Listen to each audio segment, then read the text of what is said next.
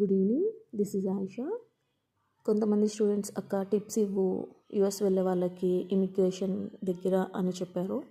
That's why చిన్న video చేస్తున్నా తెలుగులో. అండ్ మీరు స్టూడెంట్ అయితే F1 వీసా మీద వెళ్తున్నప్పుడు ఫస్ట్ మీ మొబైల్లో mails, part time job searching ఏమన్నా ఉంటే డిలీట్ చేయాలి. ఎందుకంటే మీరు స్టూడెంట్ కింద వెళ్తున్నారు, అక్కడ పార్ట్ టైం జాబ్ అని ఉండి సర్చింగ్లో ఉంటే చూస్తే మీ మొబైల్ చెక్ చేసినప్పుడు కొంతమంది స్టూడెంట్స్ని రిటర్న్ పంపించేసేసారు.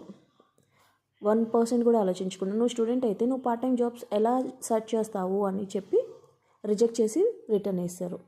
ఇంకొకటి, కొన్ని యాప్స్ వాళ్ళు డౌన్లోడ్ చేసి పిచ్చి పిచ్చి కంటెంట్స్ వాళ్ళు చెక్ చేయడం మూలాన నువ్వు స్టూడెంట్వి ఇలాంటి కంటెంట్స్ ఎందుకు యూజ్ చేస్తున్నావు, ఇవి ఎందుకు యూజ్ చేసావు ఏంటి అని చెప్పి ఎప్పుడెప్పుడో అన్నీ చూసి కొంతమందిని వెనక్కి పంపించిన వాళ్ళు కూడా నేను చూశాను చికాగోలో.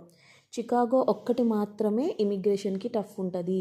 రిమైనింగ్ డాలస్ కానీ, JFK, లైక్ న్యూయార్క్, ఇవి శాన్ ఫ్రాన్సిస్కో, ఇవి టఫ్ ఉండదు immigration. Only Chicago immigration avoid చేసుకుని మీరు వేరే ప్లేస్లో వేరే ఎయిర్పోర్ట్లో దిగితే సరిపోతుంది. ఇంకొకటి వచ్చేసి వాళ్ళు ఒకటి అడుగుతారు, మీరు పార్ట్ టైం ఇక్కడే తర్వాత స్టడీ అయిపోయిన తర్వాత ఇక్కడే మంచిగా జాబ్ చేసి సెటిల్ అయిపోతారా అని అడుగుతారు.